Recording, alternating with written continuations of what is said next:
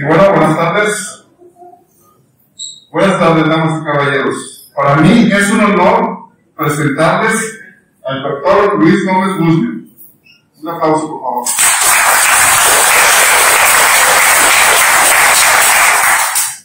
Muchas gracias. Bienvenidos todos no solo a esta conferencia, sino a esta primera exposición.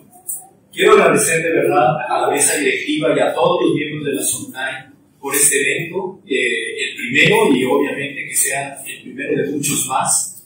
Mucho éxito y agradezco mucho la invitación para estar aquí con ustedes en esta charla, que evidentemente tratará de cubrir muchos aspectos y por eso mismo no quiero entrar en detalles para que pueda ser mucho más rápida, mucho más amena y cubrir todos los tiempos necesarios. De cualquier manera, al final, si hay alguna pregunta, pues con todo gusto trataré de responder. Muy bien.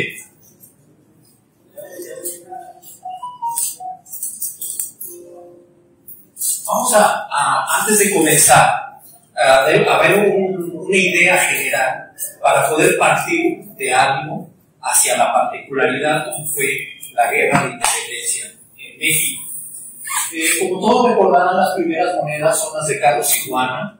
Son monedas totalmente barrocas, y aunque termina Carlos en 1555, en realidad estas monedas se siguieron acuñando hasta 1572, cuando Felipe II cambia el diseño de las monedas.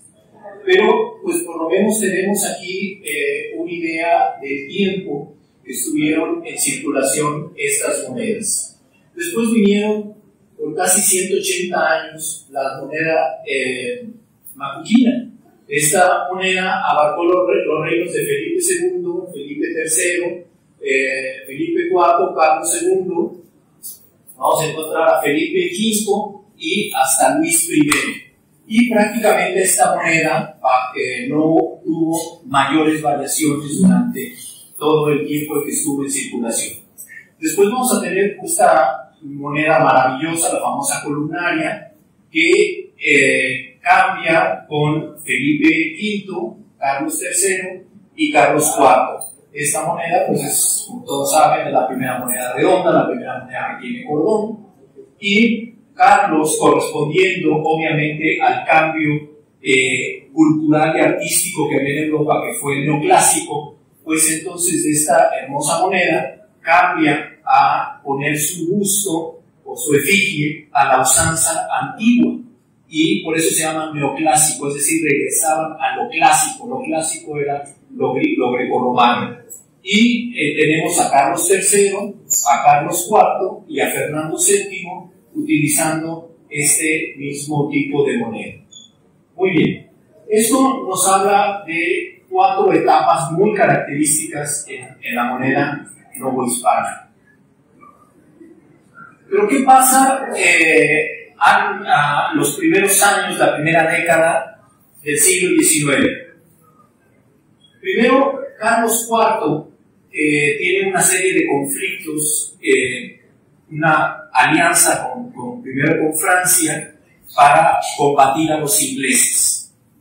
En este conflicto interviene su brazo derecho, más de la reina que de él, que fue Manuel Godoy.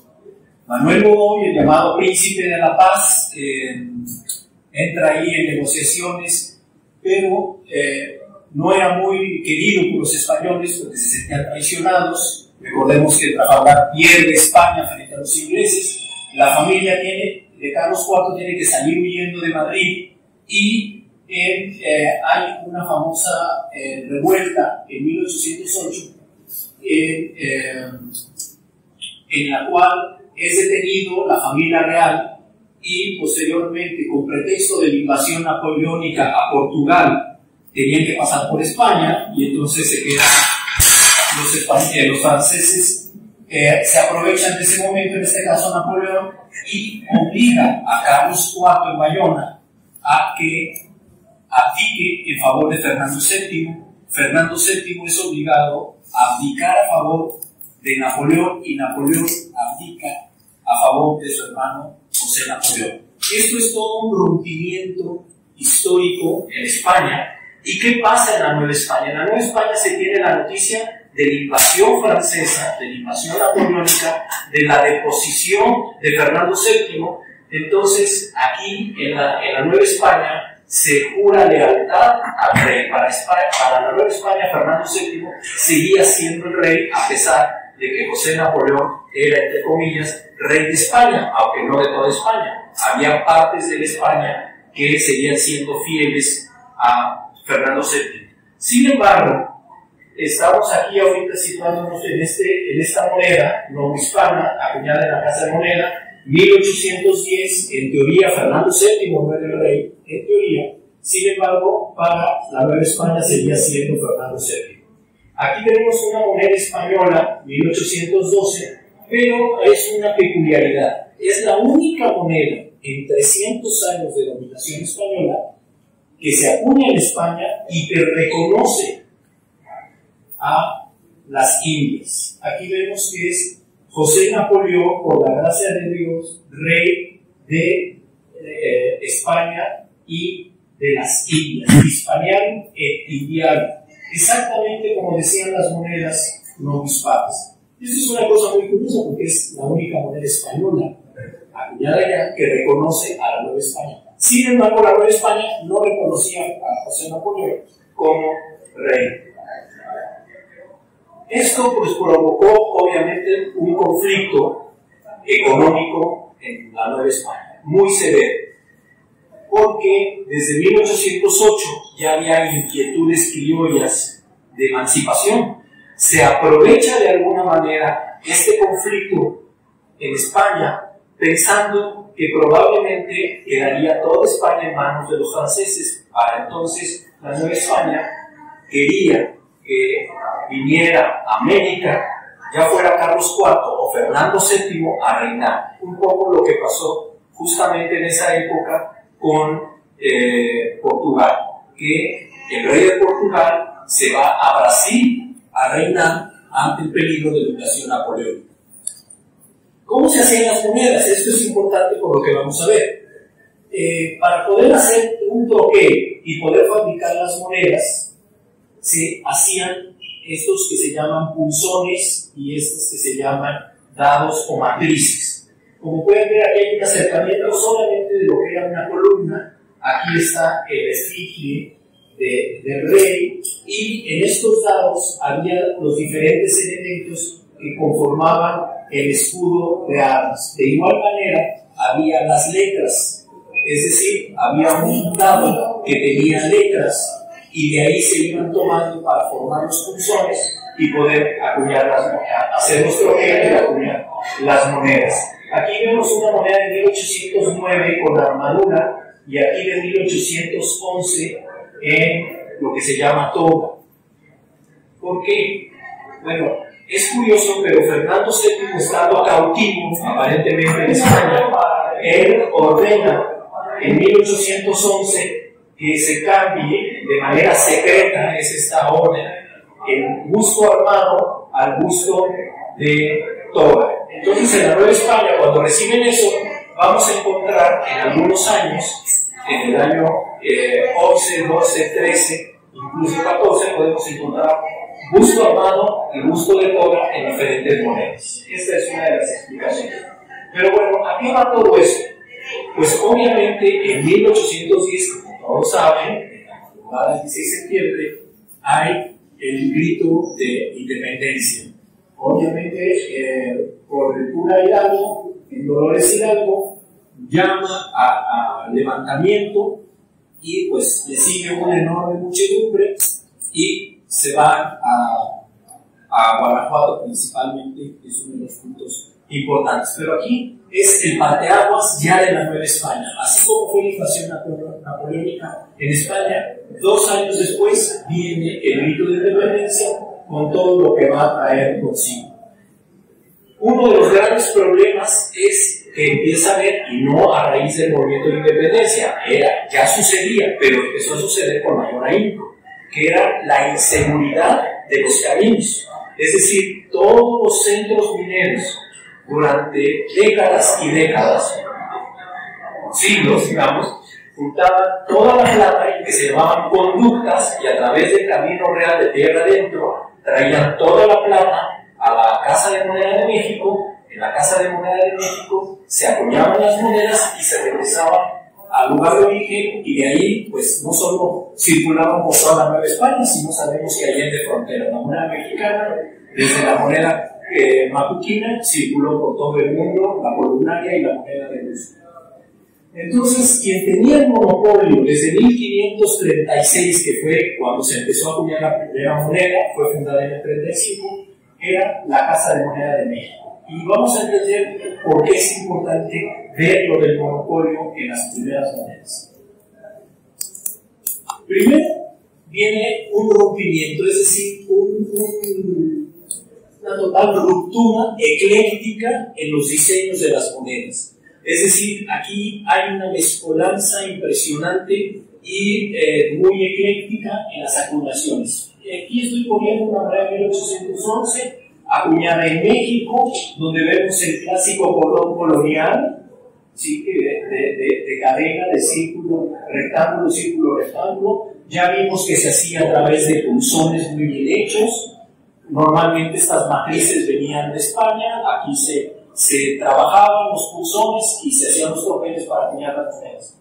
Y vemos que en los primeros años del movimiento de independencia, al cortarse los caminos y estas conductas ya no traer la plata a la Ciudad de México y poderla regresar a acuñar, los centros mineros empezaron a tener una escasez y sufrimiento descirculante. Ante esta situación, empezaron a acuñar y a fundarse casas de monedas provisionales. Pero pueden ver ustedes aquí totalmente cómo esto es totalmente diferente y ecléctico a lo que era la moneda tradicional. Entonces aquí podemos ver en el caso de sombrerete piezas muy burdas, las primeras monedas LBO hechas también de manera muy burda, la de Nueva Vizcaya, en donde empezamos a ver que se empiezan a utilizar características regionales. Vemos también esta de Oaxaca, la de Valladolid y la moneda de Real de 14. Obviamente esto fue terrible, no solo por lo que significó la diáspora de la acuñación, es decir, diáspora es el que las monedas se acuñen fuera de este lugar que era la Casa de Moneda. Hay algo muy importante aquí también. Primero, nadie, absolutamente nadie, podía acuñar monedas sin permiso del rey. Esto estaba desde las pragmáticas de los reyes católicos. Sin embargo, aquí se atrevieron a empezar a acuñar moneda. Es decir, en principio era pena de muerte. Cualquiera, no importa quién fuera quien lo hiciera. Entonces, cuando el virrey se entera de estas acuñaciones realistas, no le queda otra que autorizarlas. Pero no tenía la autoridad, digamos, por el aval del rey. ¿Hubo aval del rey? Sí. ¿Pero cuándo? Hasta 1818, 1820 en algunos casos. Ni siquiera al empezar la guerra de independencia. Entonces, esto llama mucho la atención porque el virrey tiene que aceptar este tipo de monedas, a pesar de que eran realistas, pues estaban fuera de la ley. También entendemos que si no había caminos, y yo soy la autoridad y estoy aquí, no tengo idea qué estaba pasando miles y miles de kilómetros en otro lugar. Entonces yo no sabía quién estaba acuñando monedas, si eran los insurgentes o eran los realistas.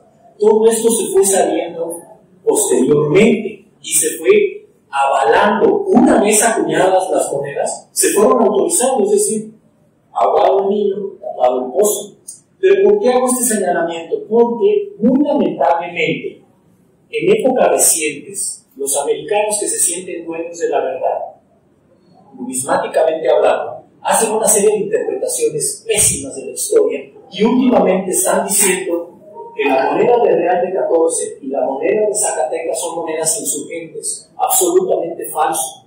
No lo crean. Es una interpretación, tonta y absurda de la historia y de la historiografía numismática, y es una tontería. Todas estas monedas son absolutamente realistas. Pero bueno, como pueden ver, era pues impresionante la diversidad, y además pues esta moneda sí me aseguraba, porque tenía las letras del ensayador, sí me aseguraba que eran monedas de plata, legales, y que no tenía ningún problema en su factura. Pero ¿quién me aseguraba que esta moneda, o esta moneda, o esta moneda, o cualquier otra, fuera de plata, tuviera la plata correspondiente y no fuera una pieza inventada o bien hecha por los enemigos? Los enemigos eran los guadalupes o los insurgentes. Entonces esto creó todo un caos que se fue tomando forma, y ello explica lo que vamos a ver a continuación.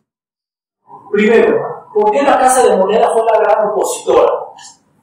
Empieza la Guerra de Independencia y la Casa de Moneda acuñaba 18 millones de pesos. ¿Esto qué significa? El monopolio era absoluto. No había quien más acuñara moneda que la Casa de Moneda de México. ¿Y cómo ganaba el monopolio? Además de tenerlo, ¿cómo ganaba? Muy simple. De cada marco, el marco es una medida, un bloque de plata. De ahí sacaban 67 monedas de un real. Por ese marco sacaban 67 monedas. Casa de Moneda se fue modificando, pero para ese tiempo, de esas 67 al minero, nada más le iba a dar 62 y se quedaba con 5 reales. Esos 5 reales eran para pagarle a todo el personal, incluido el quinto real. Muy bien. ¿Qué significaba? Que aquí, por la cantidad de millones de pesos acuñados, la Casa de Moneda ganó por lo menos cerca de 2 millones. Ubíquense, 1810, 2 millones de pesos. Quizás es como ahorita 200, un negocio que al año requiera 200 millones, probablemente. Así era el negocio. ¿Qué pasa al año siguiente? Pierde 2/3. De 18, solo acuña 6. ¿Por qué? Porque los centros mineros no podían mandar la plata, estaban bloqueados por la guerra, por los insurgentes y por los bandoleros, que siempre existieron. Entonces, hay una reducción de 2/3. Para el año siguiente, la mitad de 6 millones, solamente 3 millones de pesos. Es decir, hay una pérdida en menos de 2 años. Porque recordemos que aquí estamos hablando de la acuñación anual, pero aquí a principios de 12, perdió 15 millones, es decir, de una utilidad de 2 millones con trabajos tuvieron una utilidad mejor de 300,000 pesos. Por eso la Casa de Moneda fue una gran opositora. Porque es importante. Y es cuando empezamos a unir hilos.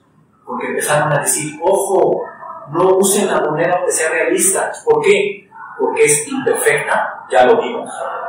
Porque es fácil de falsificar. Pues sí, eran muy mal hechas. ¿Qué más tenían? Pues no tenían cordones, no tenían la cantidad de plata correcta. Entonces el primer opositor de las monedas realistas es el propio Casa de Moneda, que tenía obviamente mucho poder. Era el Marqués de San Román, que era el superintendente, o lo que diríamos el director de Casa de Moneda. ¿Y qué pasó durante esos momentos en las casas provisionales? Aquí están los primeros años de acuñación. Entonces ya vimos que Casa de Moneda pierde diametralmente 15 millones. ¿Y dónde se fue? ¿Qué pasó? No quiere decir que los 15 millones los haya acuñado necesariamente las otras casas.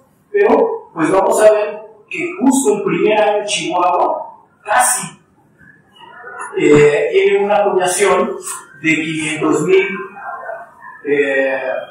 pesos. Durango, casi 900,000 pesos.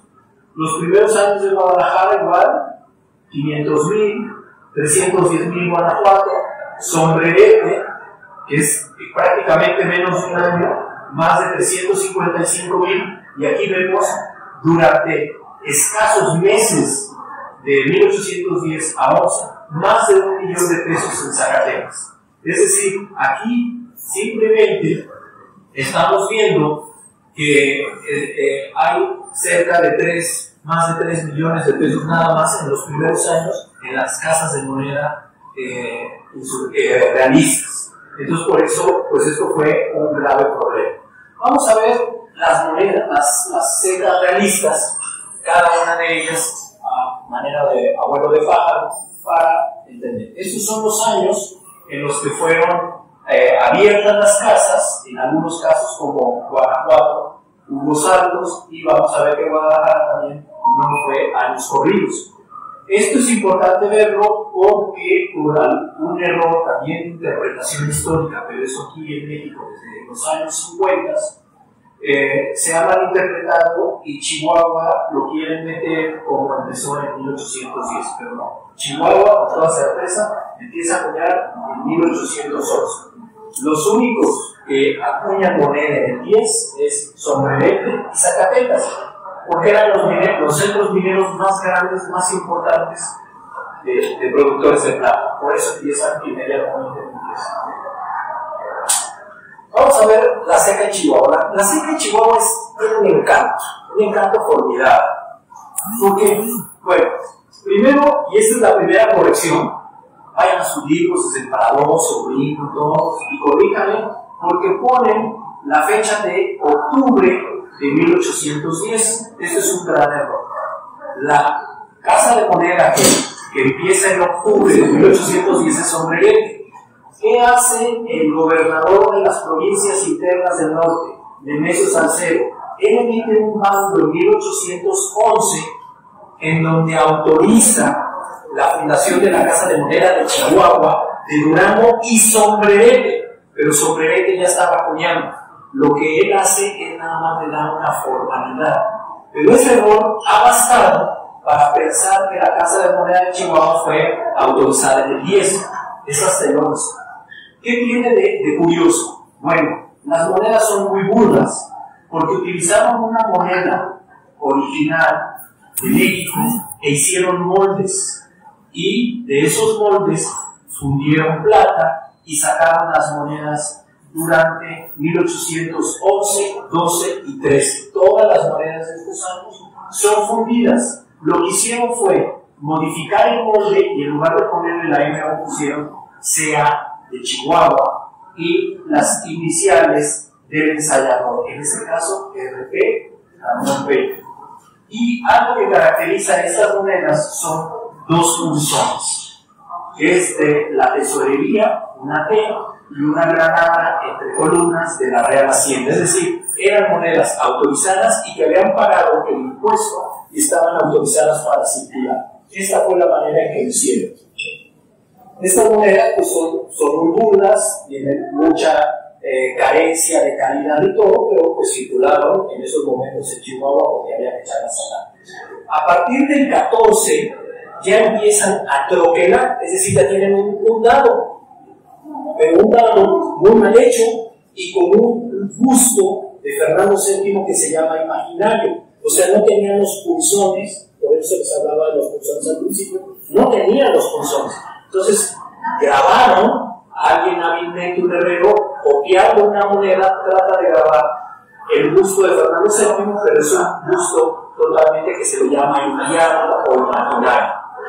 Y acuñaron sobre estas monedas, entonces es muy común ver que en este caso están encimados. Aquí vemos parte del escudo que está en esta dirección, y aquí el escudo está derecho. Aquí vemos la silueta del busto de Fernando VII, de una pieza como estas, y las utilizaron. Al paso del tiempo, ya al final, aunque sí siguieron acuñando sobre monedas, también ya hay monedas acuñadas ya en un papel limpio, laminado, ya no fundido, ya hechas de una manera adecuada. Entonces, estas son las tres monedas básicas, los diseños básicos de la moneda de Chihuahua. Aquí vemos la seca, así como tenía México su seca, pues Chihuahua era una C grande, una C mayúscula, o una de supraíndice, una A de Chihuahua. Solo acuñó monedas de 8 gramos. Nueva Vizcaya. Recordemos que les acabo de decir que Nemesio Salcedo ordena en 1811 la fundación de la Casa de Moneda de Chihuahua de Durango y de sombrerete. Pero en 1811, el primer intento que se hace en Durango es estas monedas de Nueva Vizcaya. Tienen una peculiaridad, tienen el escudo de la Nueva Vizcaya y el nombre, moneda provisional de Nueva Vizcaya, 1811, y vemos Fernando VII, rey de España e Indias, 8 reales, y las letras del enseñador. Esto es curioso que, si pueden darse cuenta, está en español, no está en latín como era habitual, y está perfecta. ¿Por qué está perfecta? Si normalmente esto no debería ser así.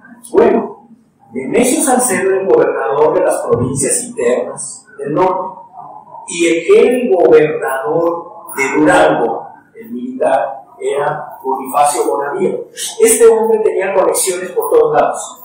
Él estaba en la Ciudad de México cuando se ordenan estas acuñaciones. Entonces se cree que él, con los contactos que tenía, mandó a hacer en la Ciudad de México estos cursores para hacer estas monedas, porque no hay lógica que en Durango hayan hecho, no tenían la capacidad. ¿Y por qué sabemos que no tenían la capacidad?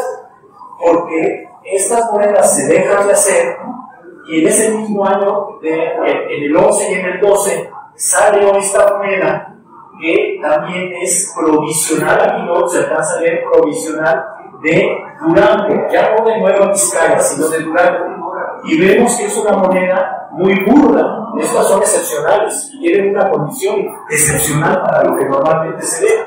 ¿Por qué cambia? Primero, porque en 1812 el virreinato dice: ok, hagan sus monedas, pero se tienen que parecer por lo menos a las que se hacen en México, es decir, que tengan la efigie del rey. Pero, como pueden ver, no es un busto imaginario en los dos casos. Entonces, esto nos hace pensar y corroborar que esto también hecho, pues no pudo haber sido hecho en Durango.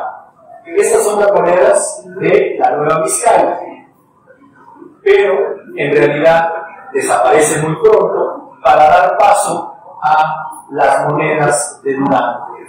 Ya no dice Nueva Vizcaya ni provisional de Durango, sino tienen la de Durango. Estas piezas tienen una peculiaridad, esta serie de Durango, y son las únicas que acuñaron monedas de 1/8 de cobre. Todas las demás acuñaron plata. Ya vamos a ver, Guadalajara son las únicas que acuñan oro, y Durango las únicas que acuñan cobre.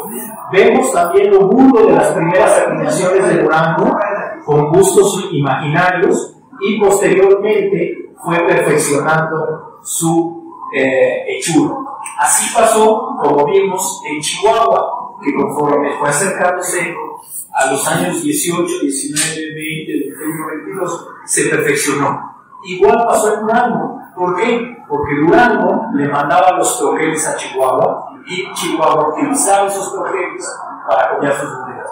Entonces, muchas veces uno puede encontrar monedas de Durango con ciertas características que se reproducen en la moneda de Chihuahua. La única explicación es que de Durango mandaban los troqueles a Chihuahua, porque ambos, lo que hoy es Durango y Chihuahua, formaban una misma zona, que era buena parte de lo que era la Nueva Vizcaya.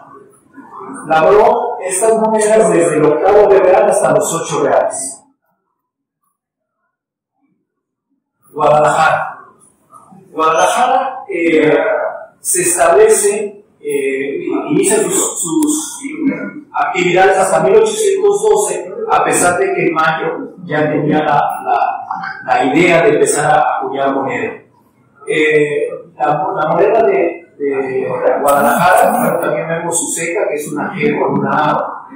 Vamos a encontrar piezas de medio real, de 1, 4, 2, 4 y 8 reales. Y vemos cómo fue también perfeccionando las primeras acuñaciones de Guadalajara.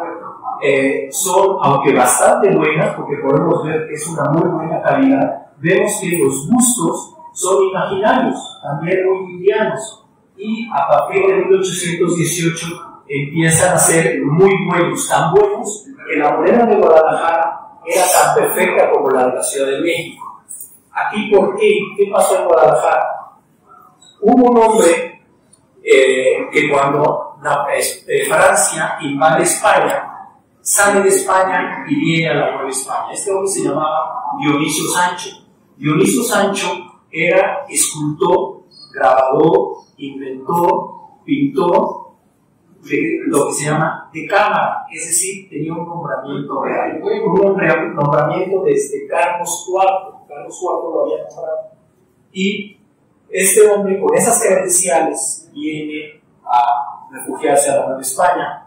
Está en la Nueva España y en 1816 él alza la mano y dice: yo echo a andar la Casa de Moneda porque la Casa de Moneda de Guadalajara se cierra en el 16 y en el 17, por lo que les decía, por las oposiciones de la Casa de Moneda de México. Y para echarla a andar, en el 18 se alza la mano Dionisio Sancho, y Dionisio Sancho va a Guadalajara.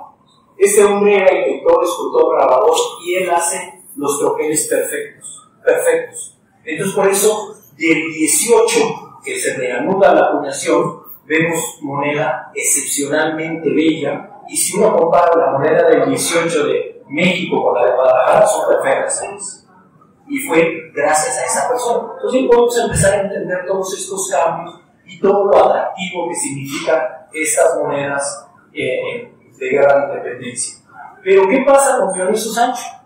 Dionisio Sancho, él llega a Guadalajara en el 16, entonces dice: pues ¿qué hago si la Casa de Moneda está cerrada? Y se pudo echar a andar hasta el 18. Entonces del 16 y en el 17 abrió una academia. Entonces él abrió una academia de pintura en esos años, y el Cabildo lo contrata para que haga una pintura en el salón dedicada a Fernando VII.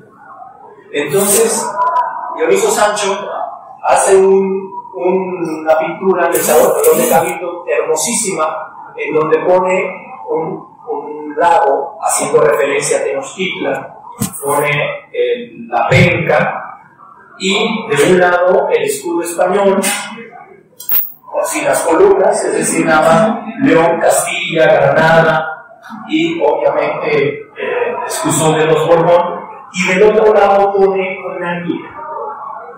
Eso me costó 2 años de juicio y de que tuviera que salir huyendo de Guadalajara porque me iban a matar. ¿Por qué?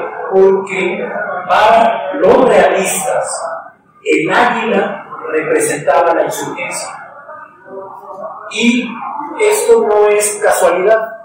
Si ustedes recuerdan la moneda de un real del Congreso de América, ¿qué tiene? Un águila sobre un nopal. Estas moneditas de 1813, que dice Congreso Nacional, un real. Entonces, en el juicio, que está totalmente documentado, pueden ir a Guadalajara a ver ese juicio en el archivo histórico. Ahí se dice que él puso esa águila por aquella moneda. O sea, lo que es genial es que hablan, es pocos los documentos de esta época que hacen referencia a una moneda. Entonces este señor es insurgente porque puso la misma águila que está en esas monedas que hicieron los insurgentes. Eso es genial, porque ahí se ve el pensamiento de la idiosincrasia que reinaba en esos momentos. Dionisio Sancho dice: ¿qué hago? ¿Me van a matar? Me voy. ¿Y a dónde se van? A Zacatecas. Y por eso en Zacatecas, ahorita vamos a ver cómo también se mejora diametralmente la moneda. Guadalajara es la única casa de moneda que tenía suficiente oro. Recordemos que los insurgentes iban a Salto de Mata, aquí, allá, todo el tiempo perseguido por las tropas realistas y principalmente por Calleja, que era el más fiero contra ellos. Entonces, normalmente, ciudades que tomaban los insurgentes inmediatamente eran recuperadas y normalmente ya no regresaban. Los insurgentes andaban por todos lados. Y bueno, pues el caso de Guadalajara es recuperada y pueden funcionar de alguna manera las minas, a diferencia de Guanajuato. En Guanajuato se inundaron las minas y no había plata. Ellos tuvieron hasta oro. Se conocen piezas extremadamente raras, como esta de 4 escudos de 1812, y piezas de 8 escudos de 1813 y de 1821. Pero además se conocen 4 variedades que son muy interesantes si uno las empieza a analizar en los detalles, en el rostro, busto con toga y lo que se conoce como busto desnudo. Este busto era el que se acuñaba en la casa de moneda. Este busto era el que se acuñaba, como vimos, para la plata. Pero vean, son perfectas estas monedas, tienen exactamente las mismas leyendas y características que la moneda acuñada en la casa de moneda de México. Aquí hay lo que se llama un dictado. ¿Alguien sabe lo que significa este dictado en latín? Está abreviado, pero aquí dice Uchuaque Félix Auspiceo Deva.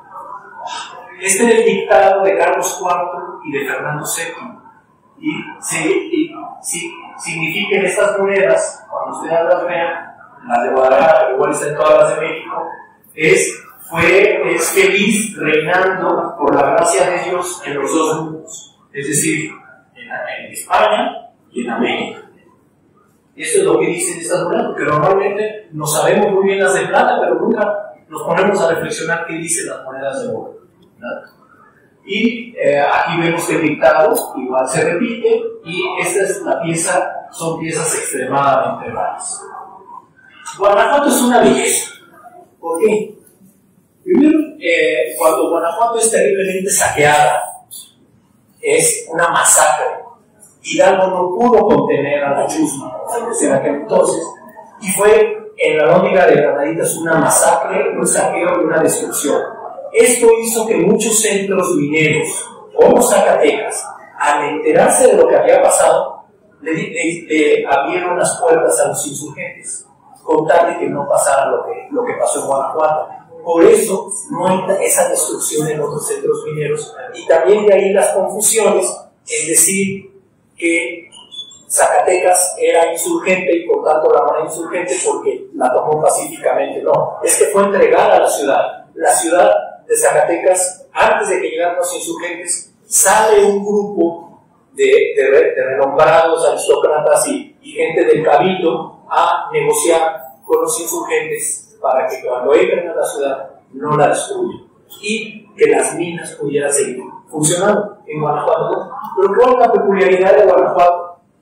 Más allá de las características de las monedas que, como pueden ver, son muy comunes, en donde vemos al principio muy malas acuñaciones y después bonitas, aquí hay cosas que vale la pena reflexionar. Bueno, aquí está también la ceca de Guanajuato, que sigue la misma norma de todas, que es tomar la letra mayúscula del nombre y la última de nombre de la ciudad. En este caso, quedamos por Guanajuato. Es que esta casa, cuando Guanajuato es tomado ya por los realistas, que lo que sí es real y está totalmente documentado es que Hidalgo ya había logrado instalar un incipiente taller o casa de moneda para acuñar moneda. No le dio tiempo, que entraron los realistas, pero sí está documentado que había instrumental, había una atropeladora, había maquinadoras. Dicen por ahí que las monedas eran tan perfectas que no se distinguía la de México con una de ellos. Esa me parece una interpretación errónea de la historia, porque es muy probable que lo que hayan tenido en sus manos era una moneda original, pero antes de pensar que era una moneda de Guanajuato. ¿Por qué? Primero, porque no se conoce ni una sola moneda perfecta que tenga geo. Entonces, probablemente lo que hayan visto era una moneda de México, pero como vieron todo el instrumental, pues han de haber pensado que era una moneda de Guanajuato, pero no se conoce. Quien abre la casa de moneda es el general José de la Cruz, autoriza el establecimiento, pero eran realistas porque ya habían recuperado la casa de moneda. Pero, como estaban inundadas las minas, no pudieron continuar, entonces dejaron de acuñar moneda, solo operó a finales del 12 y escasamente en el 13 acuñaron moneda, y después se cerró. Pero la vuelven a abrir Anastasio Bustamante, que recordemos que Anastasio Bustamante primero era como un realista, después se vuelve insurgente. Él toma, ya como insurgente, ya para la emancipación final de México, toma Guanajuato y abre la casa de moneda, pero él es insurgente. Entonces es la única casa que se abre realista, se cierra realista y se vuelve a abrir insurgente. Y acuñan monedas de 8 reales y de 2 reales para pagar a los ejércitos insurgentes. Lo que es curioso es que las minas estaban cerradas. ¿De dónde sacó la plata? El camino a Guanajuato, en el mineral de Zimapán, toma la plata y la lleva a Guanajuato, y es ahí donde se utiliza. Entonces, estas monedas no es plata guanajuatense. Cuando tengan una de estas monedas es plata del mineral de Zimapán. Me voy un poquito más rápido. Sombrerete tiene una particularidad muy importante. Primero, pues es una moneda que, como vimos, rompió con todo el sistema que se conocía de la moneda realista. Es decir, no aparece el busto ni nada del rey. Sin embargo, vemos que las primeras acuñaciones de sombrerete tienen por el otro lado un incipiente escudo y dice Real Caja, con X, Real Caja de sombrete, ni siquiera sombrerete, no es cupo, pusieron sombrete. Y por el otro lado vemos que tiene 5 punzones. El primero, ahorita lo vamos a ver con detenimiento, dice Vargas, luego tiene un rostro coronado sobre una S y unas columnas, luego una S entre columnas, la fecha y un número 3. Estas acuñaciones solo se hicieron en 1810 y 11, que son las del primer tipo, y posteriormente, en el 12 nada más, se acuñaron con los mismos datos, pero ya hechos en el troquel y mejor hechas las monedas de sombrerete.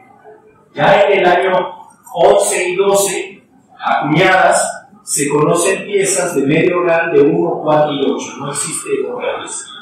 Esta edición se conoce como la edición Vargas. Durante décadas y décadas y décadas, los numismáticos se han preguntado, ¿qué es esto? ¿Qué es el número 3? Bueno, afortunadamente hace algunos poquitos años, en el archivo histórico de Sombrerete, pude ver un documento original que nos dice qué es esto. Ahorita vamos a ver. Aquí están las denominaciones: medio real, 1 real, 4 reales y los 2 tipos de 8 reales. Vean, aquí se ven las marcas de los punzones, por eso está liso aquí, y no permite ver adecuadamente el escudo, pero se ve que es el escudo normal de armas. Y aquí se repite R de real, real caja o real caja, de sombrete, el escudo de armas, y se repite. Aquí en las piezas menores de medio y 1 real, vemos que están 2 mundos coronados y que dice Fernando VII sombrerete. Aquí sí pusieron sombrerete completo y vemos que dice Vargas real 1 y la fecha, o bien 1R. Podemos encontrar las 2 variedades y esta sería la marca de la seca. Pero ¿qué se desfigura estos punzones? Estos punzones pequeñitos no los hicieron para estas monedas, los utilizaron para estas monedas. Son los sellos de la platería. Sombrerete fue un centro platero muy importante. Y como centro platero, todas las piezas para las iglesias, para las casas, se tenían que pagar su quinto real y por lo tanto tenían que sellarse. Cucharas, tenedores, cruces, todo lo que se utilizaba que fuera de plata tenía que pasar por la tesorería. Entonces, estos son los quintos que se utilizaban en la platería. Este es el documento, se los presento. Es un documento que era inédito hasta hace algunos años y aquí nos habla primero perfectamente de la junta que hubo el 8 de octubre de 1810. Si ustedes ven todos los libros de numismática, van a decir que en Chihuahua, el 8 de octubre de 1810, se funda la Casa de Chihuahua Durán Sombrerete. No. El 8 de octubre de 1810 se funda la Casa de Sombrerete.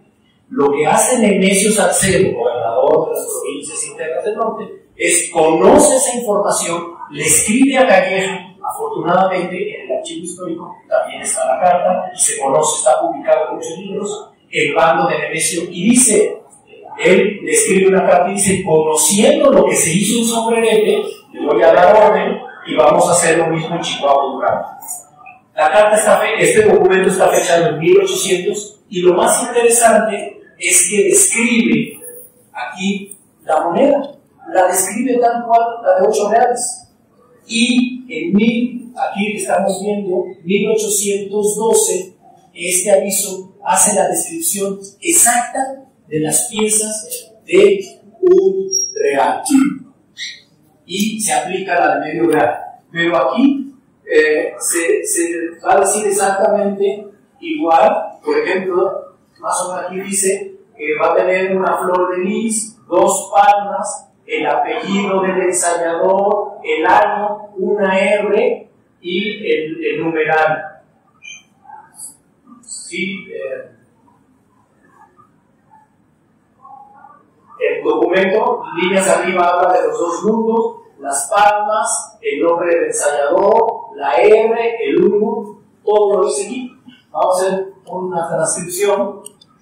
Y dice, no ha forzado inconveniente para que el día de mañana empiece a circular provisionalmente en esta villa, su partido y en el distrito de esta Real Caja, la moneda referida, componiéndose de pesos redondos, habla de las piezas de 8, de los pesos redondos de a 15 adames. ¿Qué es esto? Es una medida antigua que equivalía más o menos a 27, casi 27 gramos. Si ustedes recuerdan, toda la moneda de 8 reales, llámese macuquina, columnaria, de busto, siempre pesa 27 gramos, ¿cierto? Bueno, ya para ellos, aquí el equivalente, si dice que son 15 adames por 1.79, que era el equivalente 100 gramos, nos da casi 27 gramos. Y dice, ley de 11 dineros, con las marcas de un cordoncillo y los 2 reversos, y en el 1, la que sirve para acreditar haber pagado los derechos de su majestad en la plata que se quintaba, y en el otro los de la plata de vajilla. Aquí nos está corroborando que los quintos que se utilizaron eran los quintos de la platería, el año, el apellido del ensayador y una contramarca de este. Ese es el número 3. Si contamos, ahí están los 5 quintos. Vamos a ver. Traduciendo, poniendo literalmente, nos dice: uno que sirve para acreditar haber pagado los derechos a su majestad en la plata que se quitaba. Aquí está el quinto real, lo que sería la seca, digamos. Esto aparece en piezas de platería de Sombrerete. Ahí está, la S de Sombrerete. Memoricen esto, porque ahorita vamos a ver las monedas de Oaxaca. Y las monedas de Oaxaca van a tener un quinto. Y lo que van a tener las monedas de Oaxaca es que aquí va a tener una O. Oye, pero hay también en Guanajuato, hay lo mismo en platería, una GO. También en Guadalajara había una GA. Para Zacatecas había una Z o una C con cerdilla. La C con cerdilla es una C y abajito tiene una colita, porque en el español antiguo eso se pronunciaba Z, como Z. Entonces esa era Zacatecas. Y si lo van a escribir con la Z, escribían con cerdilla. ¿Qué más nos dice? En el otro, los de la plata de la vajilla, es decir, que habían pagado la marca el quinto al para el rey. Este era el quinto de la tesorería. Esto es aquí está la nariz, la cabeza, el mentón. Esto, lamentablemente, los numismáticos de hace 70 años le vieron cara de caballo. Entonces dicen que es entre columnas una cabeza de caballo, ¿no? Es el rey, no que sea Fernando VII, pero bueno, se supone que es el rey, y la S de Sombrerete, ambos coronados y entre las columnas de Hércules. ¿Qué más nos dice? El año. El punzón puede ser de 1810 o de 1811. ¿Qué más nos dice? El apellido del ensayador. Aquí está el apellido del ensayador. José María Vargas Machuca, totalmente documentado, este hombre era un hombre ya grande. Él era juez perpetuo y veedor, con doble E, y veedor del cuerpo de plateros de Sombrerete, es decir, era el Tata. Era un hombre grande, pero tenía toda la capacidad de experiencia del mundo, y por eso a él se le encarga la acuñación, y por eso él pone su apellido. Era el responsable. Y este hombre ya era un hombre grande, y él muere en 1812, y es una de las razones por las cuales la casa de Monet Sombrerete, a pesar de tener plata y a pesar de ser una casa que produjo en menos de un año casi 400,000 pesos, tiene que cerrar. Y por último nos dice, y una contramarca de este para que así corra con toda la autoridad correspondiente. Pues la marca de este es el ensayador, el 3. ¿Y qué significa finalmente el 3? Bueno, ya sabemos que significa que era la marca o el número de Vargas.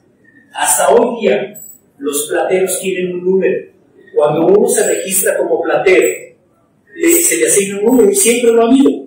Todavía en la platería moderna, si ustedes ven atasco y ven los aretes, van a ver que va a decir M o Mex o México de lugar, puede decir Tasco, y va a decir a lo mejor Gómez, que es el platero, y a lo mejor dice 834. Es el número que le corresponde a él. Es muy probable que este número 3 no haya dicho que me gusta el 3.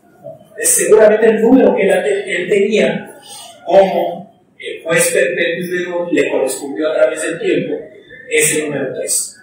Y por eso dice, y una contramarca de este. Pues ya sabemos lo que significan estos reseños en la moneda de la LBO. Esta es la que los gringos ahora quieren hacer insurgente, pues es un estupidez, perdón la palabra, es una tontería. Esta casa de moneda fue autorizada por el personal del Cabildo y lo que era en ese momento el intendente sustituto, porque el intendente, vamos a decir, real, huyó porque ya venían los insurgentes. Entonces él, con todo el Cabildo, con los mineros y todos los españoles se van y se llevan el dinero. Entonces se nombra a un hombre muy importante, de mucha alcurnia, Miguel Fernández, el conde de la Laguna. A él lo nombran intendente, y bueno, él establece con una junta de vecinos y mineros la casa de moneda de Zacatecas. Se pone en una primera etapa que empieza en noviembre de 1810. Ellos empiezan a acuñar, y a los poquitos, al mes o escasos menos de 2 meses, llegan los insurgentes. Y ahí la confusión, porque los insurgentes siguen acuñando esta moneda. Es decir, se aprovechan de la acuñación. No necesitamos cambiarla. Y de ahí la confusión. ¿Por qué? Porque cuando Calleja llega a Zacatecas, pues él sabe que los insurgentes solamente estuvieron ahí y que estuvieron acuñando moneda. Él confunde y él cree que esta moneda es insurgente. ¿Y por qué lo cree? Porque emite un mando y dice que la moneda, cuando él se va de Zacatecas en mayo de 1811, emite un mando donde dice la moneda que estuvieron acuñando los insurgentes para que no afecte el comercio, que siga circulando. Y de ahí se agarran los gringos para decir que es insurgente. No, lo que quiso decir Calleja es que sí era moneda insurgente, pero no que los insurgentes la hicieron, sino ya se estaba haciendo, simplemente se aprovecharon. ¿Me explico? O sea, ya estaba haciéndose y ellos se aprovecharon. Hay un documento de 1816 donde el director de la Casa de Moneda, Miguel Ramos, habla pestes de los insurgentes, de cómo se robaban la plata, que tenía que cuidarla. O sea, porque además los americanos dicen que todo el personal de Casa de Moneda era insurgente. No saben y no leen. Pues hay documentos en donde Miguel Ramos, que fue el primer director, hasta que llegó Dionisio Sánchez en 1820, es decir, por 10 años fue director, y él habla pestes de los insurgentes. La moneda LBO es muy rudimentaria al principio, porque Miguel Ramos era relojero. Hay Hay documentos en Zacatecas. Él era el relojero. El relojero, en la parroquia había un reloj y él era el encargado. Entonces, él de pronto tiene que hacer monedas. Pues claro, con los instrumentos que tenía para hacer las tuercas y todo para el reloj, pues hace las monedas. NMO, esto está desde 1558, que Felipe II le da título a la ciudad, y en el título de la ciudad le da el lema, y el lema es labor vinci omnia, el trabajo todo lo vence. Entonces, por eso en la moneda se pone LBO y en los numismáticos así es conocido. Y vemos el Cerro de la Bufa, que tenía una cruz de la Ciudad Real, y moneda provisional de Zacatecas. Estas piezas se hicieron en el 10 y en el 11. ¿Qué pasa en el 11? Bueno, los gringos dicen, pues ya se hicieron mejor porque esta ya es moneda realista. La anterior era moneda insurgente. No, sí hay sus diferencias muy evidentes, como es el escudo de armas. Aquí lo vemos ya muy bien hecho. ¿Por qué? Porque ya recibieron punzones y ya pudieron hacer la moneda correctamente. Y por eso brinca. Entonces, estas monedas, es decir, ya recibieron punzones y matrices para hacerla adecuadamente. Esto es lo que se conoce como monedas de LBO tipo 2, que se hicieron de medio real, de 1 real, de 2 y de 8 reales. Como vimos en Nueva Vizcaya, que hicieron monedas con el escudo de la Nueva Vizcaya, y después ya tuvieron que hacer una de busto en 1811 y 12, pues vemos que en Zacatecas igual, y en todas las casas de moneda. Por eso Guadalajara, Guanajuato, tiene monedas de busto muy feas al principio, pero fue una ordenanza en donde tenía que aparecer el nombre, el busto del rey. Por eso todas las casas de moneda muy mal hechas, pero empiezan a aparecer a partir del 11, en otros casos del 12, la efigie del rey. En este caso se conoce como las del tipo 3, sigue diciendo moneda provisional de Zacatecas, pero bueno, ya aparece el busto de Fernando VII. Y las del tipo 4 ya son monedas pues mucho mejor hechas, y la leyenda ya no dice moneda provisional, ya dice como la moneda de México. Hispanearon e criaron res. La Z, S de Zacatecas y las letras del Salvador. Pero vean la diferencia. Este es un busto muy mal hecho, y ya para el final vemos un busto muy bien hecho, igual que Guadalajara y México. ¿Por qué Zacatecas tiene este cambio? Por lo que les mencionaba de Dionisio Sancho. Dionisio Sancho llega a Zacatecas y por eso perfecciona la moneda. Está en la Casa de Moneda hasta 1827, que lo corre, porque Guadalupe Victoria, primer presidente de México, emite un decreto en donde todos los españoles tienen que dejar puestos del gobierno, y bien ser expulsados o firmar una fidelidad a la República. Y Dionisio Sancho no lo firma, tiene que dejar la Casa de Moneda de Zacatecas, se va a la Ciudad de México y en 1829 fallece en la Ciudad de México. Oaxaca, rápidamente vamos a ver Oaxaca. Estas monedas fueron dadas por el general Saravia, que tenía la ciudad que estaba asediada por los insurgentes, y en 1812, ante la necesidad de moneda y de estar totalmente asediada y cercada por los insurgentes, pues tiene que acuñar una moneda. Esta moneda, como pueden ver, dice provisional de Oaxaca, la fecha, 8 reales, vemos esta cruz que se llama potenzada, vemos León y Castilla, Fernando VII, y un escudo de Oaxaca que va a tener 2 variedades, que puede ser el león pequeño rampante o el león grande, y las cruces de San Andrés, que son parte, o lo que era parte del escudo en ese entonces de Antequera o Oaxaca. Y como pueden ver, tiene un reseño que es O entre columnas de Hércules, igual que el sombrerete, es decir, son resellos de platería. Y aquí arriba tiene otro resello que son letras mayúsculas, y por lo menos se conocen 11 diferentes letras mayúsculas del abecedario. No se sabe, y algún día tenemos como el sombrerete encontrar algún documento que nos diga qué eran esas letras o para qué las utilizaban. Real de 14. Estas piezas son las que recientemente, también por una mala interpretación, los gringos dicen es moneda insurgente. No, absolutamente es una moneda realista, porque también encontré un documento en el archivo histórico, en este caso de Zacatecas, fechado en junio de 1811, donde la Diputación de Minería, que tenía su asiento en Real de 14, le manda a Zacatecas una gran cantidad de plata, de marcos, para que les acuñen su moneda. No puede ser que la Diputación de Minería sea insurgente. Era una estructura absolutamente novohispana, realista, que tenía una serie de reglamentos totalmente que no eran insurgentes. Ellos son los que van a hacer esta pieza a Zacatecas, es decir, ni siquiera se acuñó en 1811 en Real de 14, sino en Zacatecas, y existe el documento fechado en junio de 1811. Aquí la moneda vuelve a hacer alusión a Fernando VII. Esta es una moneda provisional de Real de 14. Esta pieza es altamente falsificada, una pieza pues muy rara. Tenemos otras piezas, como es Valladolid, que solamente se acuñaban en el 13 y 14, aunque se circularon hasta 1815. Todas ellas son extremadamente raras. Las piezas de la primera pieza, esta de 1813, que dice provisional de Valladolid, hay un bando que ordena su acuñación. La plata fue dada por el Cabildo Eclesiástico de Valladolid para estas piezas. El problema es que se rompió el troquel. Entonces, anuncian que se rompió el troquel, que no pueden repararlo. Entonces anuncian estas monedas.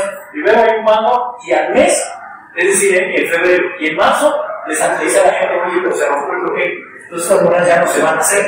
Se recogen, se funden, y mientras pueden hacer una nueva moneda, utilizan estos discos de plata con una PDB y 7 F7. Es provisional de Valladolid, Fernando VII. A esta moneda se le llama de marcas o pulsores. No la numismática moderna, así le llamaban desde entonces. Le llamaban la moneda de marcas o pulsores. El problema es que eran pospeles lisos, fundidos, y con esto pues cualquier herrero lo hacía. Entonces empezó a haber una falsificación que está absolutamente documentada. Pueden ir, en este caso, al Archivo Histórico de Morelia y pueden consultar. Y hay un libro donde tiene todo, o una parte de este juicio de la cantidad de falsificadores, pero además también los falsificadores estaban dentro de la casa de moneda. Ellos en la noche se ponían a sellar la moneda, no la reportaban y la usaban a circular. Entonces fue un problema. Para este entonces se empezó a llevar moneda LBO de Zacatecas, y de los dos tipos, tanto de las primeras de gusto de moneda provisional como LBO, pero como no sabían, no las conocían y decían que eran falsas o que eran insurgentes, entonces empieza a haber todo un conflicto con la moneda y deciden hacer esta moneda que ellos mismos en los documentos de la época le llaman pesos del mascarón. Obviamente también vemos parece un dibujo de nivel primaria, de Fernando VII, muy mal hecho, pero que sigue diciendo moneda provisional de Valladolid. Estas tres piezas son extremadamente raras, pero bueno, hay que conocerlas como parte de nuestra historia. Rápidamente, porque ya el tiempo estoy abusando de ustedes, ya se me vino encima. Creo que debía haber dejado hasta algunas insurgentes realistas, pero si ustedes quieren, rápidamente entro a las insurgentes. Rápidamente. También pues, los insurgentes tenían que tener monedas. No había posibilidad de mantener a una enorme cantidad de ejércitos, de miles de gente, que bueno, sí saqueaban minas, sí saqueaban haciendas, sí saqueaban pueblos, pero era insuficiente. Entonces, pues tienen que hacer monedas, y hay varias ediciones insurgentes. Normalmente pensamos en dos: las monedas de Morelos y las monedas de la Suprema Junta. Vamos a ver rápidamente las de la Suprema Junta. Este es el bando, un facsímil del bando original. Aquí está firmado por el licenciado Ignacio Rayón. Él no era López Rayón, su nombre original era Ignacio Rayón López, pero por alguna razón empezó a ser conocido, e inclusive él mismo, por Ignacio López Rayón. Pero era Ignacio Rayón López. ¿Tiene algún conflicto? Está firmado por el vicario, el cura, José Sixto Verduzco, y por José María Lisiaga. Estos tres hombres fueron los que formaron los tres vocales, junto con Morelos, aunque Morelos era nombrado, pero no era tan participativo, era el triunvirato de la Suprema Junta Nacional de América, Suprema Junta Nacional Gubernativa, como le quieran llamar. Esta pieza es una pieza excepcional de 1812, pero el decreto está firmado aquí en Tlalchapa, el 23 de enero de 1812. ¿Y por qué es 11? Porque recordemos que la Junta se instala en Zitácuaro, pero llega Cañeja y los corre, los venía persiguiendo. La Junta de Zitácuaro, o Suprema Junta, fue itinerante. De Zitácuaro se tiene que ir y se va a Tlalchapa, y de Tlalchapa se tiene que ir a Sultepec, en el Estado de México ya, y de Sultepec se tiene que ir después se fue el nombre, a otro lugar, y entonces iba acuñando moneda. Pero desde Zitácuaro hay cartas entre López Rayón y Morelos, y hay una carta genial, la pueden buscar en internet, y esta carta, en un libro que se llama Documentos Inéditos de Morelos, le manda una carta a Rayón y le dice: ya estoy haciendo las pruebas de las monedas con el puño nacional. ¿Y cuál es el puño nacional? Esta es la primera moneda que tiene una representación que va a estar ligada a lo que yo les decía, a los insurgentes, el águila. Por eso la pieza de 1813, en la que los de Guadalajara, el Cabildo, cree que Dionisio Sancho estaba haciendo alusión a los insurgentes por el águila. Vemos que tiene coronada este puente que le ha querido que decir que es el puente de Calderón. ¿No? Si uno ve el escudo de la Ciudad de México, es un puente nada más que tiene una torre y tiene dos leones rampantes de cada lado y tres caminos, que son las tres vías que llegaban a México Tenochtitlan. Esta es una representación americanizada de la Ciudad de México como centro principal de la Nueva España, obviamente. Fernando VII, y esto fue el gran problema entre la Suprema Junta y Morelos, Fernando VII, la Suprema Junta quería que viniera Fernando VII o cualquiera de su familia a reinar, porque recordemos que la idea, y más que el licenciado López Rayón, que era síndico de Zitácuaro, era un hombre ilustrado. Entonces, para él, la invasión napoleónica era destruir España y destruir la religión. Por eso es muy importante para la Suprema Junta la religión. Y entonces pone a Fernando VII, por la gracia de Dios, 1811, y la Suprema Junta Nacional Americana Revolucionaria, y estos clásicos elementos, digamos, indígenas o nacionalistas, ¿no? Curiosamente, aquí vemos un elemento que aparece en las monedas de Morelos, vemos un carcaj, esta es una onda, y esta onda se usaba en México. Los chichimecas estuvieron más de 200 años sin poderlos pacificar los españoles, utilizaban las ondas para matar a los españoles en el camino real. Entonces, sí es un elemento indígena y una pica.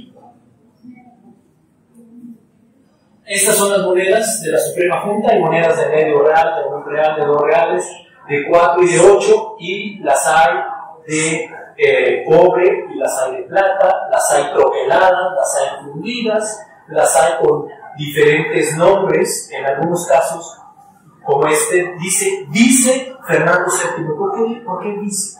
¿Alguien tiene idea qué significa dice? Porque la moneda lo dice. Somos numismáticos y coleccionamos monedas y vemos que una, pues de repente dice Fernando VII, y esta de medio real que acabo de comprar dice Fernando VII. Porque la Suprema Junta estaba reinando o gobernando en lugar de, dice, lo que significa es eso. La Suprema Junta Nacional Gubernativa reinaba en lugar o por mientras. Cuando tengas una moneda que diga vice Fernando VII, lo que te está diciendo la moneda es que fue emitida porque la Suprema Junta gobernaba en lugar de o mientras Fernando VII. Y otras no dicen vice, pero esto es lo que quiere decir cuando tengas una moneda de ese estilo. Vemos monedas muy burdas, monedas mejor hechas, unas que el puente dice América, otras no. Todo es una gran diversidad y esto hace muy entretenida la moneda de la Suprema. Tenemos la clásica moneda insurgente, que es emitida por Morelos. Este es el facsímil del documento original firmado por Morelos en la Tepa de Guadalupe, lo que es en el estado de Guerrero. Y este bando, fechado el 13 de julio de 1811, emite la moneda. La diferencia de esta emisión, a diferencia que vimos que, aunque ya estaba haciendo pruebas López Rayón, su decreto es del 12, este es de julio del 11, tiene lo que ustedes saben. Primera característica es la primera moneda fiduciaria, es decir, que el contenido intrínseco no es el contenido extrínseco. Es decir, una moneda de plata de 8 reales valía por su contenido de plata y por tanto su valor extrínseco. Estas monedas valían por 8 reales, pero de cobre. Por eso se llama moneda fiduciaria. Era una promesa de pago que él pensaba que se iba a concluir la guerra de independencia muy pronto y que esas monedas se iban a requerir por plata. Pero además no les llama monedas, les llaman vales nacionales. Esta es la primera moneda. El decreto es muy claro en los elementos, pero el decreto nunca habla de campos lisos o de campos mal llamados embarrados. Otro gran error. Siempre pensamos que elementos estas flores o campos floreados se dice que los puso Morelos porque estaba prohibido el cultivo de la vid para los criollos o americanos. Esto no es cierto. Sí fue antes, pero muchos años antes de esto, a finales de 1700, la vid ya estaba permitido el cultivo de la vid para los criollos. Hidalgo tenía su propio viñedo, ¿sí? Y no estaba prohibido. Entonces, eso es una cosa romántica. Oye, pero ¿de dónde salió este romanticismo? Salió de un arqueólogo llamado, de apellido Franco, José Luis Franco, que por ahí en la década del 60 hizo una interpretación de estas monedas. El hombre era muy culto, el historiador, arqueólogo, numismático, pero el problema es que se le ocurrió decir que eran vides porque Morelos los puso como acto de rebeldía, ¿no? Para este entonces ya estaba permitido. Entonces son adornos. Le puedes llamar emparrados por las parras de la vid, pues llaman emparrados, pero no le pongan la connotación de que era porque estaba prohibido. Yo prefiero llamar campos floreados o con adornos o adornados.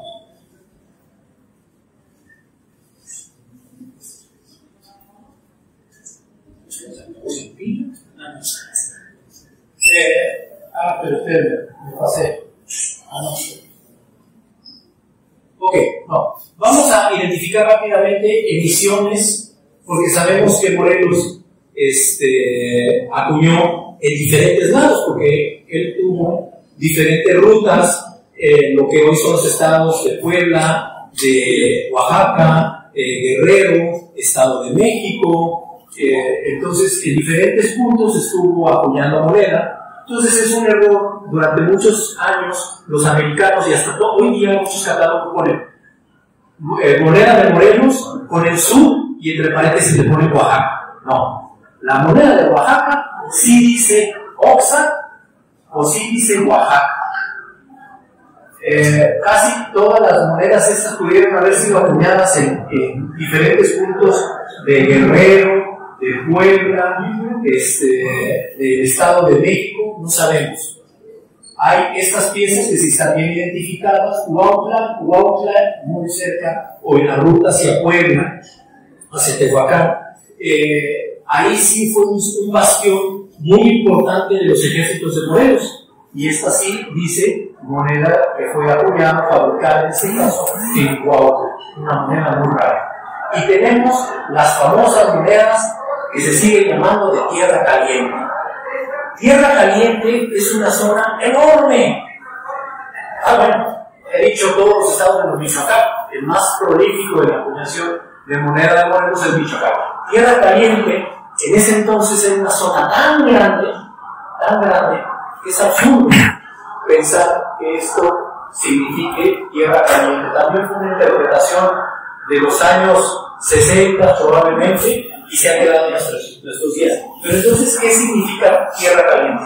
En el año de 2015, se publicó un libro en el que tuve la oportunidad de participar, que se llama es el general Morelos, forjador de la nación mexicana.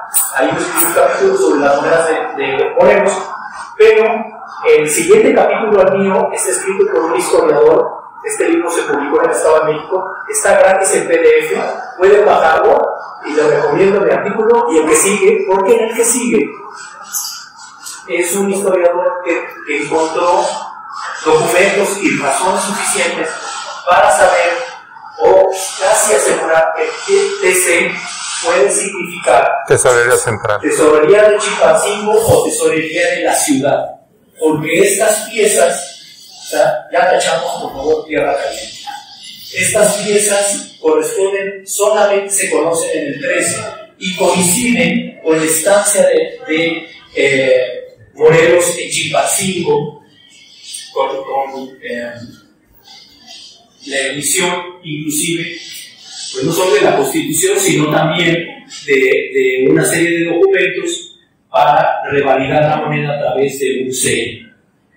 ¿Okay? ¿Qué tiene de interesante la moneda de Morelos? La infinidad y variedad de características que tiene. Podemos juntar cientos y cientos y cientos de monedas de todas las denominaciones y vamos a encontrar cosas tan geniales como monogramas muy redondeados, muy curviados, chiquitos, grandes, MMO para medio, los medios grandes, campos floreados o campos lisos, de gráfila de puntos, gráfila de rayas, hay de punto y raya. Podemos encontrar arcos, lo que se conoce como tipo Oaxaca, que son muy característicos. Este arco es rarísimo, que en la subasta del mundo de la moneda del mes que entra hay una de estas piezas. El arco redondeado es muy raro. Podemos encontrar arcos pequeños con la flecha muy larga, con bandas rectas, barras hacia la izquierda, hacia la derecha, plumas en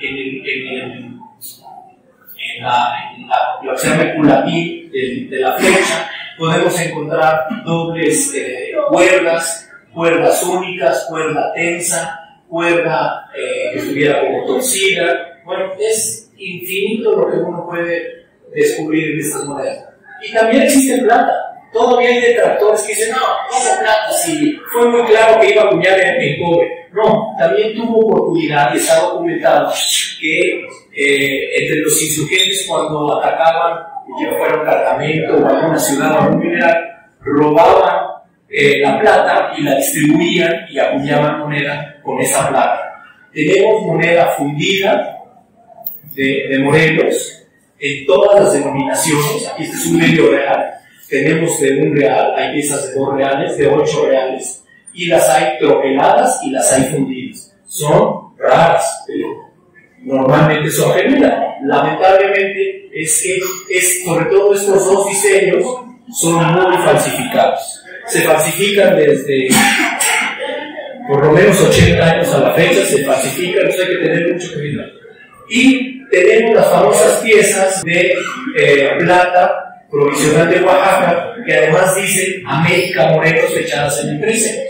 Esta moneda que dice América Morelos con el león, que sabemos que lo vimos en las monedas, el león, y vemos el arco y la flecha de la moneda azul.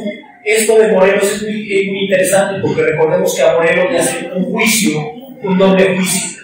En el doble juicio, primero es civil, y después es eclesiástico, lo degrada y le quitan todo su rango de sacerdote.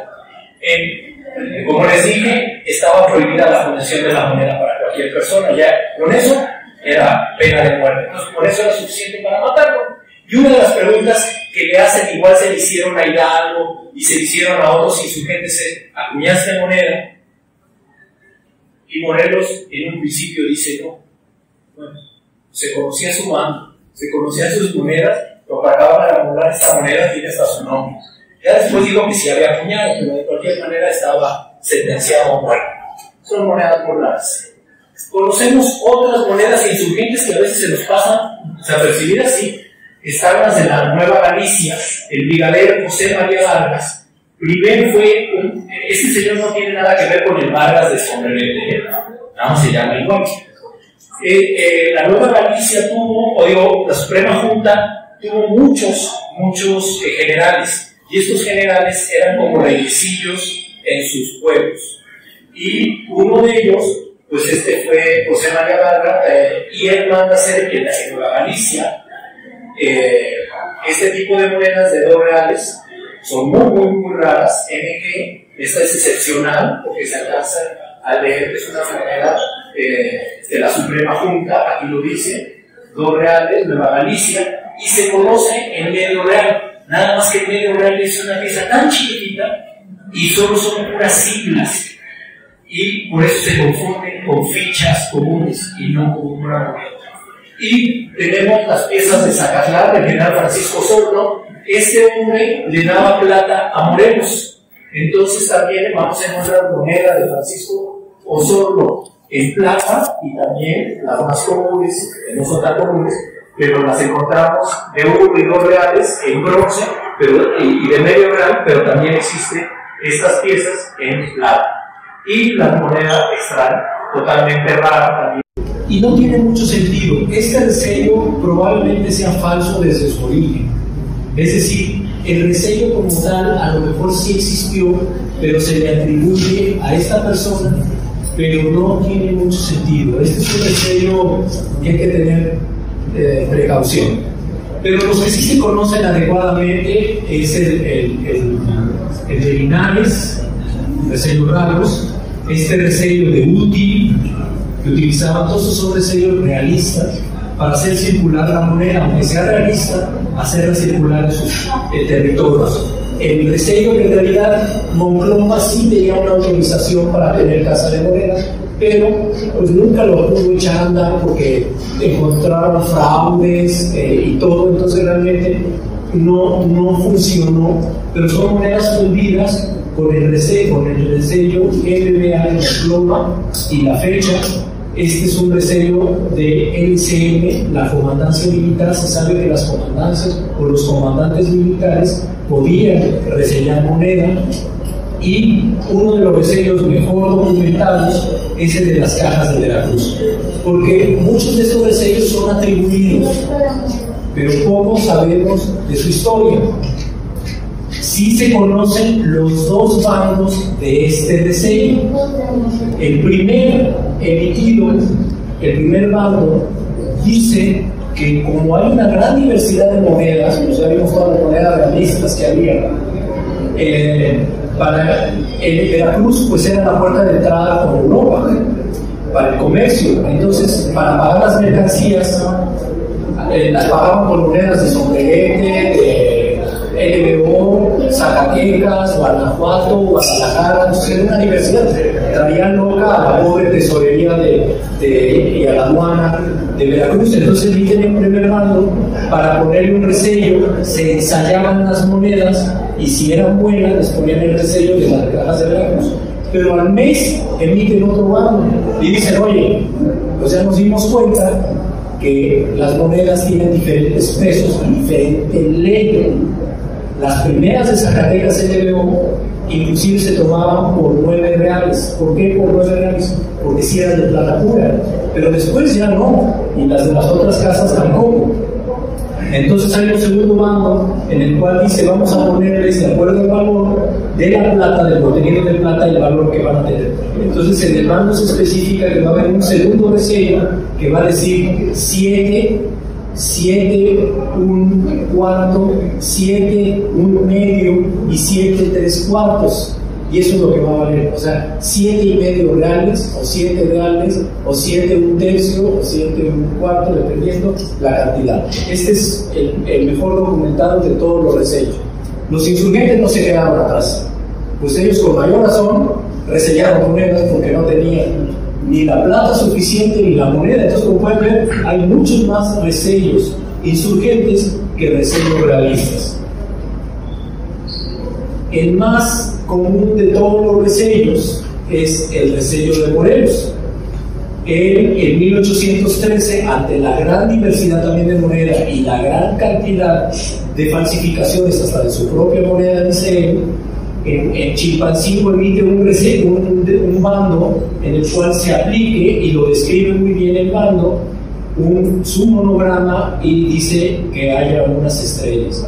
Entonces aquí vemos moneda normal de casa de moneda con el resello, moneda fundida con el resello, moneda LBO con resello, otro LBO pero del primer tipo, aquí otra moneda de México, moneda de la Suprema Junta, la propia moneda de Morelos, también resellado. Es el resello más común que hay y también documentado. Está este resello de Chilpancingo, que en realidad es una réplica de la moneda que habíamos visto de la Suprema Junta, es decir, puede haber un resello que sea la aguilita con el puente, o bien donde vienen todos los elementos como el carcaj, la onda, la pica, etc. Son los dos resellos que se utilizan en Chilpancingo. Tenemos el resello del norte. Este está atribuido a Ignacio López Rayón porque él era de la Suprema Junta. Cuando la Suprema Junta se divide, a él le toca comandar los ejércitos del norte, entonces se atribuye a él. Tenemos el resello de Ensalle, se supone que era para avalar que la moneda era correcta, y este es otro de los resellos o contramarcas muy bien documentadas, porque se conoce el bando, el cual autoriza José María Lisiaga que se ponga un resello en todas las monedas. Está firmado por el doctor Cos, que era el secretario de la Suprema Junta, y dice el bando muy claramente que se pongan las iniciales JM del general José María Lisiaga. Abajo tiene unas letras que puede ser de SCR, SF, etc. Estas letritas no se sabe qué significan, ni el bando lo especifica. Este es un resello muy agradable y muy buscado. También tenemos otro resello de la Suprema Junta Nacional Gubernativa, que siempre se acompaña con Yuriria en lugar de Yuriria. Este resello, por el nombre, se sabe que cuando Lisiaga estuvo en los islotes de Yuriria y fue atacado, estaba asediado por Yuriria y fue atacado 19 veces, se sabe que había un taller, y eso está perfectamente escrito, que había un taller de moneda. Se dice que puso una casa de moneda, no puso una casa de moneda, puso un taller, y lo más probable es que ahí se haya puesto este resello. Aquí tenemos el general Osorno, Francisco Osorno, que había hecho moneda, después ya no lo hizo, pero le puso resello moneda. Tenemos otro que se atribuye a Guadalupe Victoria, pero no se sabe, son unas águilas. LBS no se sabe qué significa. Y tenemos otro de Julián Villagrán. Este hombre estuvo en el estado de Hidalgo y en la Huasteca, y él era un hombre sanguinario. Él era un jefe de los múltiples que tuvo la Suprema Junta y que tuvo la potestad de resellar o acuñar moneda. Este señor se hizo llamar Julián I, rey de la Huasteca. Era sanguinario, y a él y a sus hijos acabaron matando terriblemente, y él pues puso este resello Villagrán es muy raro. Este resello le han querido alguien le dio letras de NBA, pero en realidad no se sabe qué significa. Normalmente nunca está solo, siempre va a estar acompañado por un resello superior, normalmente con un resello de los anteriores de la Suprema Corte. Y para finalizar, pues también hay resellos múltiples. Vamos a encontrar monedas que pueden tener, como en este caso, la Suprema Junta o Apatzingán, que le quieren llamar unos, o Chilpancingo, y Morelos. En este caso vemos 3 resellos. Aquí también vemos múltiples, aquí hay 4 resellos, un resello útil. Entonces pues podemos encontrar una gran cantidad y combinaciones de resellos, y esto significaba la gran cantidad de movimiento que tenía la moneda en los diferentes mangos y de gente. Bueno, pues ya usé mucho de su tiempo, disculpen, debí haber hecho más corta, pero bueno, la idea no es que se aprendan nombres, ni mucho menos, ni fechas, que las tengo, las sé, y quise no meterlas para no confundir. Creo que lo mejor de todo es entender y que se quede que había una estructura muy bien determinada de casa de moneda hegemónica. Viene la guerra de independencia y se rompe con todo eso, y empieza a haber toda una muy ecléctica la acuñación, la calidad de la moneda, y después se trata de reformar durante los años 12, 13, a inventar el busto del rey para que se parezca a las monedas oficiales, y después ya empiezan a recibir estas casas de moneda toda la herramienta para acuñarlas, entonces ya más o menos se parezcan a la de México. Y también entender por el otro lado que los insurgentes también acuñaron moneda muy importante para sus gastos, y también como un acto de libertad, un acto de patriotismo, y un acto como la primera moneda nacional que debe de ser considerada la de Morelos, y que sus elementos por vez primera rompen con todo lo que se había hecho antes, porque no hace la moneda de Morelos, a diferencia de la Suprema Junta, que dice Fernando VII, la de Morelos no hace nada de alusión a España. Por eso viene el rompimiento entre Morelos y Rayón. Bueno, pues muchas gracias.